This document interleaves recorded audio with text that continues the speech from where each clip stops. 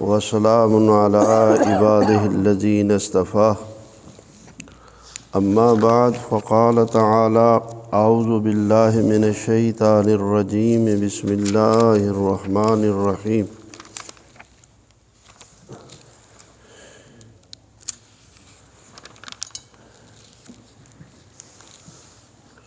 ان اللہ لا یغفر ان یشرک بہ ویغفر ما دون ذلک لمن یشاء ومن یشرک باللہ فقد ضل ضلالا بعیدا ان يدعون من دونه الا اناسا وان يدعون الا شیطانا مریدا لعنہ اللہ وقال لأتخذن من عبادک نصیبا مفروضا۔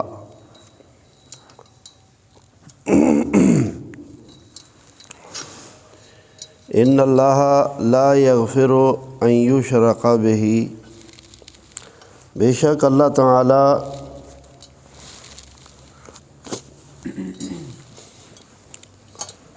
نہیں معاف کرے گا اور نہ ہی معاف کرتا ہے کہ اس کے ساتھ شرک کیا جائے۔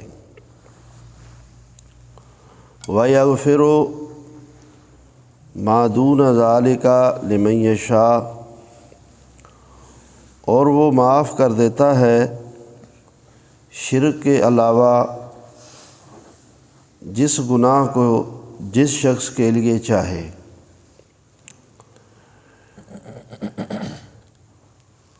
اللہ تعالیٰ اس آیت کریمہ میں اپنے بندوں پہ واضح کر رہا ہے کہ اگر کوئی شخص اس حال میں مرا کہ وہ مشرک ہے، اللہ کے ساتھ شرک کرتا ہے، تو شرک والا گناہ اللہ تعالیٰ کسی کو معاف نہیں کرے گا۔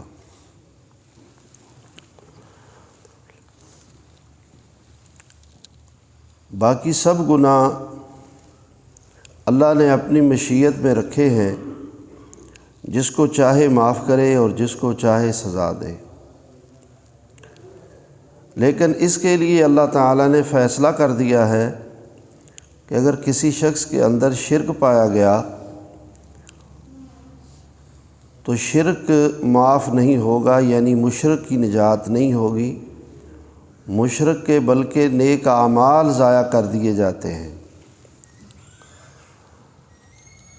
تو یہ مسئلہ ہر شخص کے بالعموم ہر انسان کے سمجھنے کا ہے، اور بالخصوص ہم مسلمانوں کو یہ مسئلہ بڑی اہمیت کے ساتھ سمجھنا چاہیے، اور اس میں کسی قسم کی کوئی اختلاف کی بات بھی نہیں ہے۔ یہ اللہ تعالیٰ کا فیصلہ اور اللہ تعالیٰ کا اعلان ہے، اور اللہ تعالیٰ نے یہ توحید کا مسئلہ سب انبیاء کے ساتھ رکھا ہے، سب کے عقیدے اور مذہب میں بنیادی بات رکھی ہے، اور یہی چیز شریعت محمدی کے اندر ہے۔ تو اللہ کی ذات کے ساتھ شرک کرنا، صفات میں شرک کرنا، اس کے الہ ہونے میں، اس کی عبادت میں شرک کرنا، اس کے تصرفات میں شرک کرنا، کسی بھی قسم کا شرک اللہ کو گوارا نہیں ہے۔ توحید الالوہیہ، توحید الربوبیہ، توحید اسماء و صفات، اس پر مستقل کتابیں موجود ہیں۔ تو خالص توحید قابل قبول ہے، جس میں ملاوٹ ہوگی تو وہ شرک کہلائے گا، اور اللہ تعالیٰ مشرک کو معاف نہیں کرے گا۔ اس لیے ہر مسلمان کو یہ بات سمجھ لینی چاہیے توحید الالوہیہ کیا ہے، کہ ایک اللہ کی عبادت کرنا، قولی ہو، مالی ہو، بدنی ہو، ہر قسم کی عبادت صرف اللہ کا حق ہے، اور بندے صرف اللہ ہی کی عبادت کر سکتے ہیں، غیر اللہ کی عبادت نہیں کر سکتے۔ توحید الربوبیہ کیا ہے؟ کل کائنات کو پالنے والا، پیدا کرنے والا، سب نظام میں تصرف کرنے والا، رات دن لانے والا، وہ اکیلا ہے، اس نظام میں اس کا کوئی شریک نہیں ہے۔ توحید اسماء و صفات کیا ہے؟ رب تعالیٰ کے جو نام ہیں، جو رب تعالیٰ کی صفات ہیں، وہ مخلوق میں نہیں ہو سکتی ہیں۔ جو شخص وہی صفات اور وہی نام مخلوق میں سے کسی اعلیٰ ادنیٰ کو دے گا تو وہ شخص مشرک ہے، اور یہ صاف سیدھی سی بات ہے۔ اس میں کسی قسم کا الجھاؤ نہیں ہے، نہ ہی یہ کوئی بہت منطقی بات ہے جو انسانوں کی سمجھ اور عقل میں نہ آتی ہو۔ تو یہ بات اپنی اپنی آخرت کی خاطر سب کو سمجھ لینی چاہیے کہ ہم جب لا الہ الا اللہ پڑھتے ہیں تو اس کا یہی معنی ہے کہ ہم موحد ہیں، اور اگر ہم کلمہ بھی پڑھیں اور اللہ کے ساتھ شرک بھی کریں تو اللہ کو اس بات پر غصہ آتا ہے۔ سب نبیوں کی دعوت کا بنیادی پہلو یہی تھا کہ ایک اللہ کی عبادت، پیغمبروں کا طریقہ، پیغمبروں کی سنت کے مطابق ایک اللہ کی عبادت، تو یہی اصل دین ہے۔ تو جس شخص نے اللہ کے ساتھ شرک کیا اس کے نیک اعمال ضائع ہو جائیں گے اور وہ جہنم کا ایندھن بن جائے گا۔ اللہ تعالیٰ نے قرآن مجید فرقان حمید میں 2 مقامات پہ، ایک جگہ اللہ تعالیٰ نے اپنے 18 نبیوں کے نام لیے ہیں اور ان کی اولادوں کا اور ان کے خاندانوں کا تذکرہ کیا کہ وہ نیک خاندان، نیک لوگ، اور آخر پہ فرمایا کہ بات شروع کی تلک حجتنا، توحید کے مسئلے میں یہ ہماری دلیل ہے، اس کو ساری مخلوق، سارے انسان ذہن نشین کر لیں، تلک حجتنا۔ اور آخر پہ کیا فرمایا کہ یہ انبیاء، ان کے آباء و اجداد، ان کے خاندان، ان کی اولادیں، ان کے خاندان، ان کی اولادیں، ان کے چھوٹے بڑے اگر بالفرض وہ شرک کرتے تو ان کے مقام مرتبے کو نہ دیکھا جاتا بلکہ ان کے اعمال ضائع کر دیے جاتے، ولو اشرکوا۔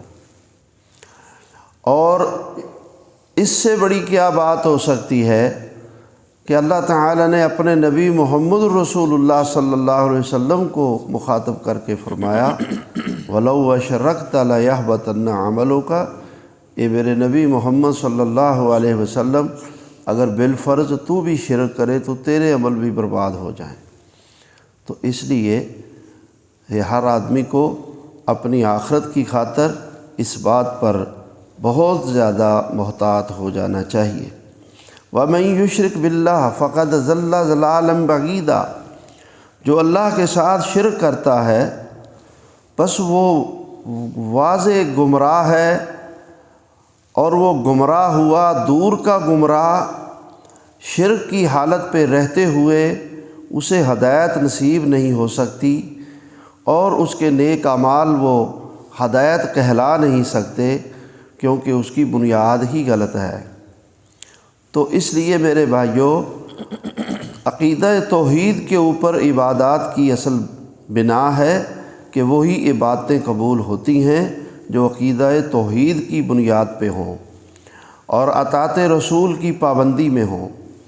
فرمایا اِن یدعون من دونہ الا اناسا، یہ لوگ جو اللہ کو چھوڑ کر غیر اللہ کو پکارتے ہیں یہ نہیں پکارتے مگر مؤنثوں کو، الا اناسا، وَإِن يَدْعُونَ إِلَّا شَيْطَانًا مَرِيدًا، اور یہ نہیں پکارتے مگر شیطان کو پکارتے ہیں۔ تو اس کا مطلب اور معنی یہ ہے کہ جس جگہ پر بھی شرک کا اڈا ہوتا ہے، شرک کا ٹھکانہ ہوتا ہے، اور لوگوں کو وہاں پر عجیب و غریب حرکات و سکنات دیکھنے کو ملتی ہیں، اور جنہیں یہ لوگ پھر وہ کرامتیں اور شبدہ بازیاں بنا دیتے ہیں، یہ سب وہاں پر شیطان ہوتے ہیں، جن اور جننیاں ہوتی ہیں جو وہاں پر روپ بدل کر لوگوں کو ڈراتی ہیں یا لوگوں کو خوش کرتی ہیں، اور یہ جن شیطان مذکر اور مؤنث یہ وہاں پر ڈیرے لگائے بیٹھے ہوتے ہیں، اور لوگ سمجھتے ہیں کہ یہ شاید ہمارے جو بزرگ ہیں اور ہمارے جو کرنی والے ہیں یہ وہی ہیں اور یہ ان کے کام ہیں، حالانکہ وہ تو اللہ کے نیک بندے، وہ اپنے وقت پہ اللہ کی عبادت کرتے رہے اور اپنے وقت پہ فوت ہو کر اللہ کے پاس چلے گئے۔ تو فرمایا ان یدعون من دونہ الا اناسا وان یدعون الا شیطانا مریدا۔ یہ 5واں پارہ ہے اور 15واں رکوع شروع ہو رہا ہے۔ یہ قرآن کی آیتیں ہیں، ترجمہ کھول کر پڑھے۔ لعنہ اللہ، شیطان پر تو اللہ نے لعنت کی، اور شیطان نے وقال لاتخذن من عبادک نصیبا مفروضا، اور شیطان نے کہا کہ میں تیرے بندوں کا ایک مخصوص حصہ اپنا ساتھی بنا لوں گا، ان کو پکڑ لوں گا، اپنے ساتھ ملا لوں گا۔ شیطان نے اس وقت یہ دعویٰ کیا، اور اللہ تعالیٰ فرماتے ہیں کہ یہ لوگ شیطان کو چاہ رہے ہیں، شیطان مریدا، یہ شیطان کو پا رہے ہیں، شیطان کو تلاش کر رہے ہیں، شیطان کی طرف بھاگ رہے ہیں، جبکہ شیطان نے تو پہلے سے ہی اپنا نقطہ نظر دیا ہوا ہے کہ میں تیرے بندوں کو گمراہ کروں گا۔ تو گویا کہ شیطان کی بات کو سچا ثابت کر رہے ہیں، غیر اللہ کو سجدے کر کے، غیر اللہ کو نظر و نیاز دے کر، غیر اللہ کے طواف کر کے، اور قولی فعلی مالی ہر قسم کا شرک کر کے مال بھی دے رہے ہیں، ندائیں بھی دے رہے ہیں، صدائیں بھی دے رہے ہیں، اور نظر و نیاز بھی وہاں پر کر رہے ہیں، منتیں مان رہے ہیں، اور کیا کیا نسبتیں کر رہے ہیں غیر اللہ کی طرف۔ اللہ کے کام ہیں، اللہ سب کچھ دیتا ہے، کہتے ہیں فلاں نے روزی دی، فلاں نے بیٹا دیا، فلاں نے یہ دیا، فلاں نے یہ دیا۔ اللہ اکبر، شرک شرک ہے، مسلمان کرے، کافر کرے، ہندو کرے، انگریز کرے، جو کوئی بھی کرے، شرک شرک ہے۔ اللہ ذات میں، صفات میں، الہ ہونے میں، رب ہونے میں یکتا ہے، اس کا کوئی شریک نہیں۔ اللہ اکبر، نہ اس کا کوئی خاندان ہے، نہ اولاد ہے، نہ والدین ہیں۔ کوئی بھی شرک کرے اللہ کو اس پر غصہ ہے، اور یہ شیطان کی چال ہے کہ اس نے کہا تھا لاتخذن من عبادک نصیبا مفروضا۔ فرمایا وَلَأُذِلَّنَّهُمْ وَلَأُمَنِّيَنَّهُمْ وَلَأَعْمُرَنَّهُمْ فَلَيُبَتِّكُنَّ آذَانَ الْأَنْعَامِ وَلَأَعْمُرَنَّهُمْ فَلَيُغَيِّرُنَّ خَلْقَ اللَّهِ۔ شیطان کی بات اللہ تعالیٰ نقل فرما رہا ہے۔ شیطان نے کہا کہ میں تیرے بندوں کو اپنے ساتھی بناؤں گا اور میں ان کو گمراہ کروں گا۔ قسمیں اٹھائیں اس نے، وَلَأُذِلَّنَّهُمْ لام تاکید کا ہے، اور اُذِلَّنَّهُمْ اس پر نون ثقیلہ کا ساتھ مل کر معنی قسم کا ہے۔ قسمیں اٹھا کے اس نے کہا کہ میں تیرے بندوں کو گمراہ کروں گا، ان کو میں امیدیں دلاؤں گا، اور ان کو میں کہوں گا کہ وہ اپنے جانوروں کے کان کاٹیں اور غیر اللہ چھوڑ دیں، ان کی علامتیں بنا کر، نشان لگا کر غیر اللہ چڑھاوے چڑھائیں، اور میں ان کو کہوں گا وَلَأَعْمُرَنَّهُمْ فَلَيُغَيِّرُنَّ خلق اللہ، کہ وہ اللہ کی مخلوق میں تغیر کریں اور وہ گمراہ ہوں اور وہ شرک کا ارتکاب کریں۔ وَمَن يَتَّخِذِ الشَّيْطَانَ وَلِيًّا مِّن دُونِ اللَّهِ، جو شیطان کو دوست بنائے گا اللہ کے سوا، فقد خسر خسرانا مبینا، پس وہ کسارے میں گیا، واضح کسارے میں۔ یعدہم ویمنیہم، شیطان ان کو وعدے دیتا ہے اور ان کو امیدیں دلاتا ہے۔ وما یعدہم الشیطان الا غرورا، اور شیطان کے وعدے سارے کے سارے دھوکہ ہے، وسوسے دلاتا ہے۔ اور شیطان جن جننیاں اور اس کے ساتھ ساتھ پھر جو انسانوں میں سے شیطان کے ساتھی بن جاتے ہیں، تو اللہ تعالیٰ نے فرمایا وَمِنَ الْجِنَّةِ وَالنَّاسِ، تو انسانوں میں سے بھی وہ لوگ شیطان کے ساتھی بن کے شیطان بن جاتے ہیں، اور پھر انسانوں میں سے شیطان اور جنوں میں سے شیطان مل کر انسانوں کو گمراہ کرتے ہیں اور انسانوں کو پھنساتے چلے جاتے ہیں، اور انسان پھسلتے چلے جاتے ہیں اور ان کے جال میں پھنستے چلے جاتے ہیں، بہکاتے ہیں اور یہ بہتے چلے جاتے ہیں۔ اللہ تعالیٰ توحید کے اوپر ہمیں قائم دائم رکھے۔ تو یہ مسئلہ بہت سمجھنے کا مسئلہ ہے، قرآن پڑھیں اور اس پر غور کریں۔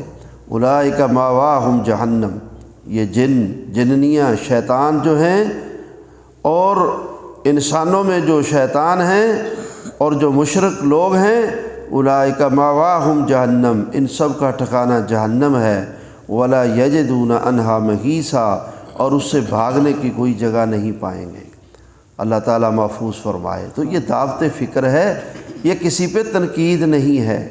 مسلمانوں قرآن کو پڑھو، قرآن کو سمجھو، اور پھر جب مسلمان ہو تو پھر ایک اللہ کی عبادت کرو، اسی کے نام کے صدقے خیرات دو، اسی کے لیے نماز پڑھو، اسی کے لیے روزہ رکھو، اسی کے لیے حج کرو، اسی کی خالص عبادت کرو، اور اسی سے دعائیں کرو، اسی سے رزق مانگو، اولاد مانگو، مال مانگو، مصیبتوں سے نجات مانگو، بیماریوں سے شفا مانگو۔ وہ کیا ہے جو ہوتا نہیں خدا سے، جسے تم مانگتے ہو اولیاء سے؟ وہ کیا ہے جو رب تعالیٰ سے نہیں ہوتا؟ اور اللہ تعالیٰ نے یہ طریقہ ہی نہیں بتایا کہ مجھ سے مانگنا ہو تو فلاں فلاں کے ذریعے سے آؤ، ادعونی استجب لکم۔ اللہ تعالیٰ نے تو بات ہی سیدھی کی ہے کہ مجھ سے مانگو، میں تمہیں عطا کروں گا، میں تمہیں دوں گا۔ ما لم ینزل بہ سلطانہ، اللہ تعالیٰ نے کسی دور میں شرک کی کوئی گنجائش نہیں اتاری، کوئی دلیل نہیں اتاری، کوئی اس میں اللہ تعالیٰ نے ریت نہیں اتاری۔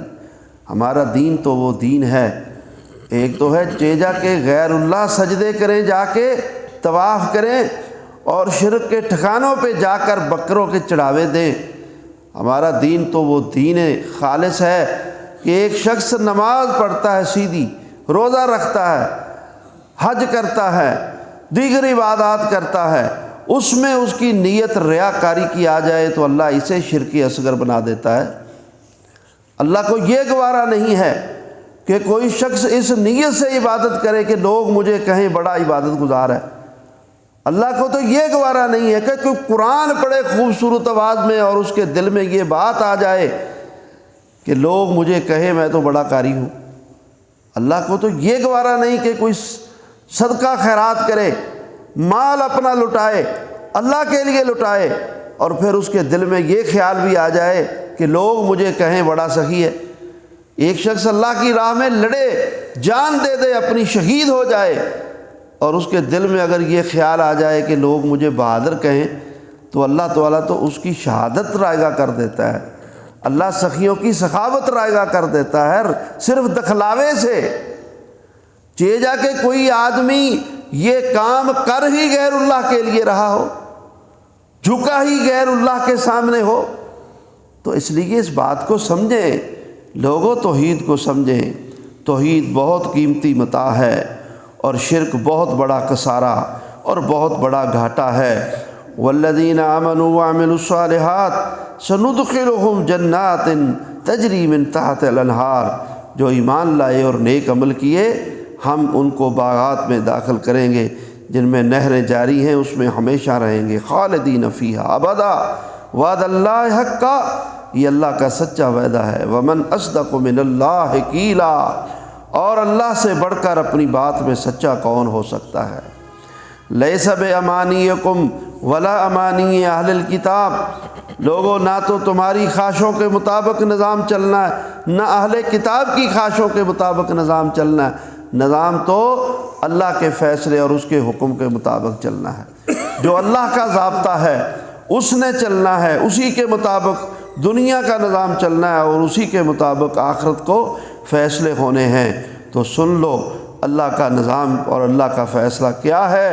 من یعمل سوءا یجز بہ، جس شخص نے بھی گناہ کے عمل کیے اللہ کی نافرمانیاں کی، وہ شرک ہو، وہ کفر ہو، وہ بدعت ہو، وہ پھر اس کے ذیل میں گناہوں کی اقسام میں سے صغیرہ ہو کبیرہ ہو، من یعمل سوءا یجز بہ، برے اعمال کا بدلہ عذابوں کی صورت میں مل کے رہے گا، ولا یجد لہ من دون اللہ ولیا ولا نصیرا، تو تم اللہ کے سوا کوئی مددگار نہیں پاؤ گے، کوئی بچانے والا نہیں پاؤ گے۔ جیسے قیامت کے دن کوئی مدد کو نہیں پہنچے گا، بلکہ یہ سب لوگ انکار کر دیں گے، سب لوگ انکار کر دیں گے۔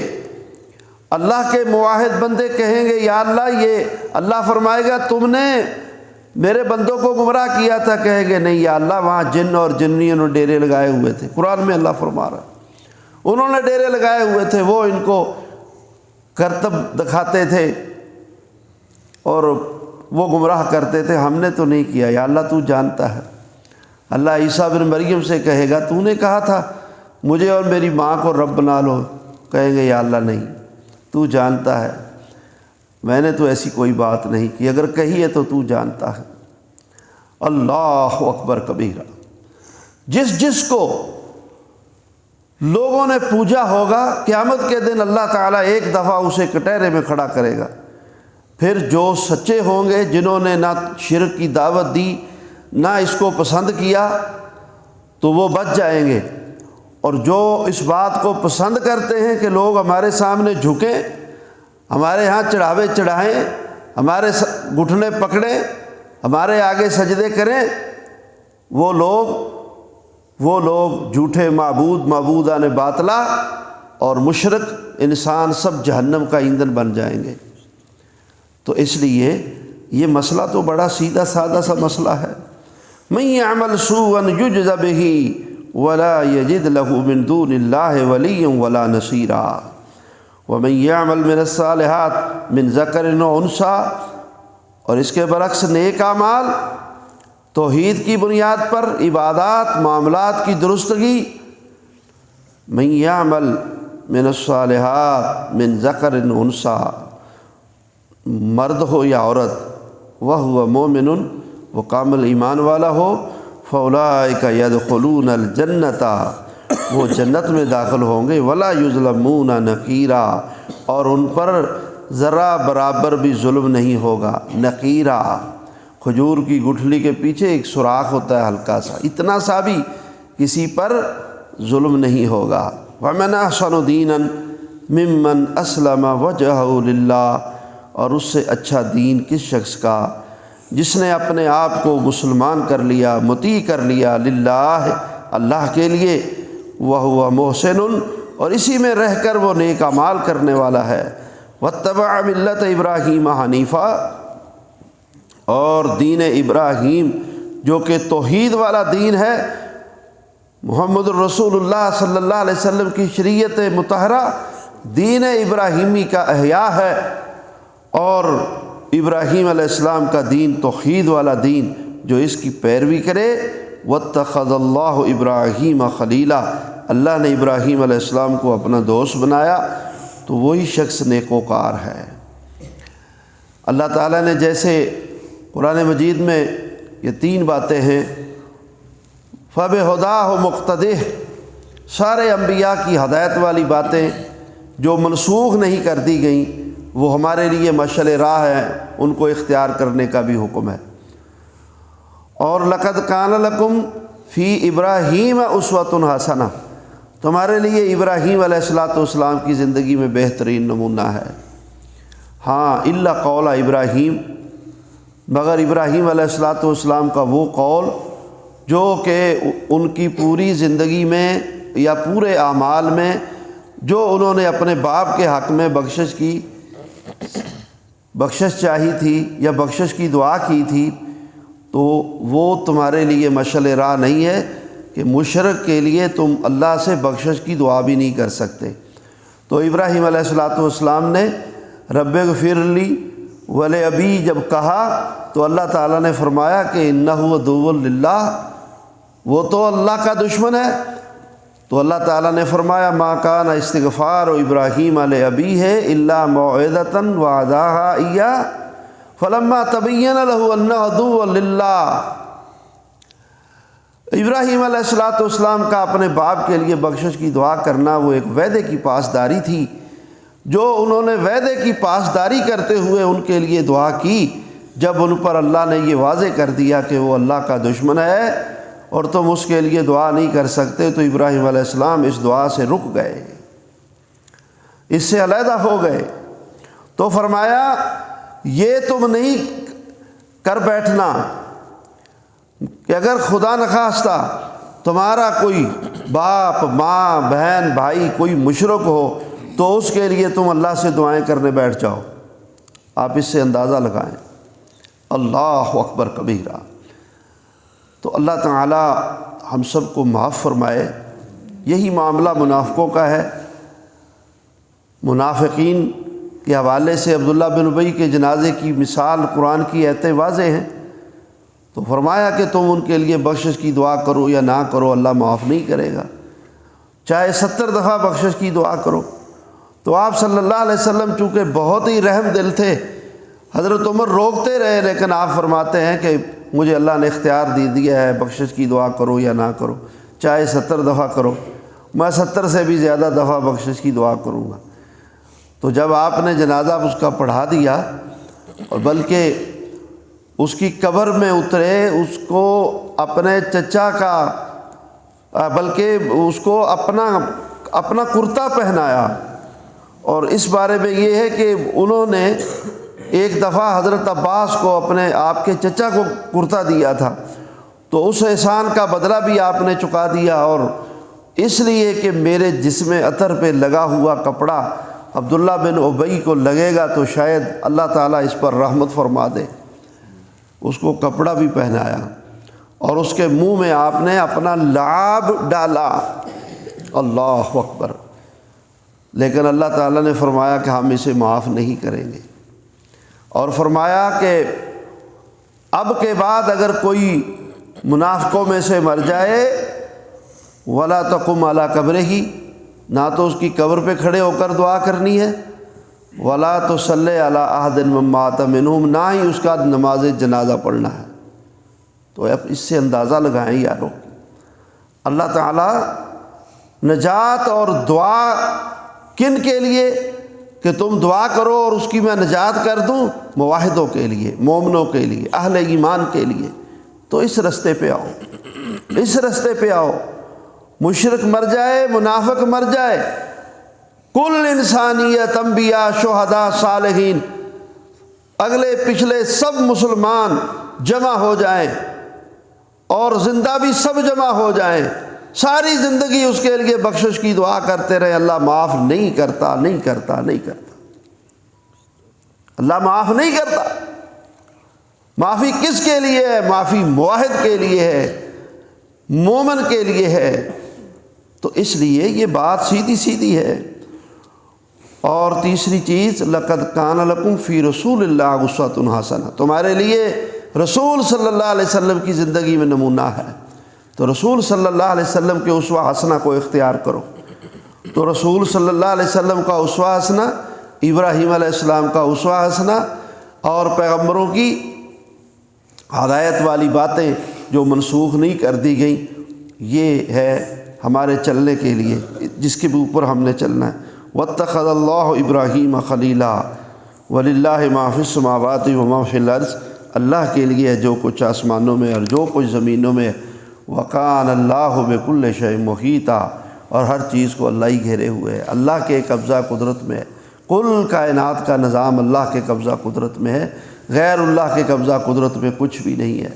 اللہ تعالیٰ سے دعا ہے ہمیں دین سمجھنے کی، قرآن سمجھنے کی، توحید سمجھنے کی، سنت سمجھنے کی توفیق عطا فرمائے۔ اقول قولی ھذا واستغفر اللہ لی ولکم وآخر دعوانا ان الحمد للہ رب العالمین۔